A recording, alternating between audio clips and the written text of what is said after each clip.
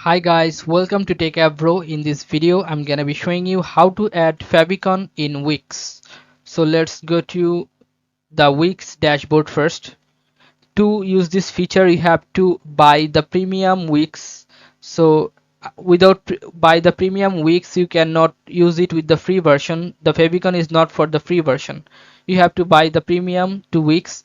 After buying premium Wix, I don't have the premium one, but I'm showing you how to do or what to do after buy the premium one. After buying the premium or switch to upgrade, you have to click on this settings option. Click on settings.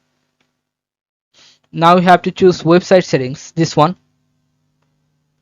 Then scroll down and you'll find here favicon, this one. You have to click on this upload a image. You'll find a button upload a image like this. Then you have to click on this and upload a image from your computer as a favicon. So this is how you can add a favicon in premium edition of Wix.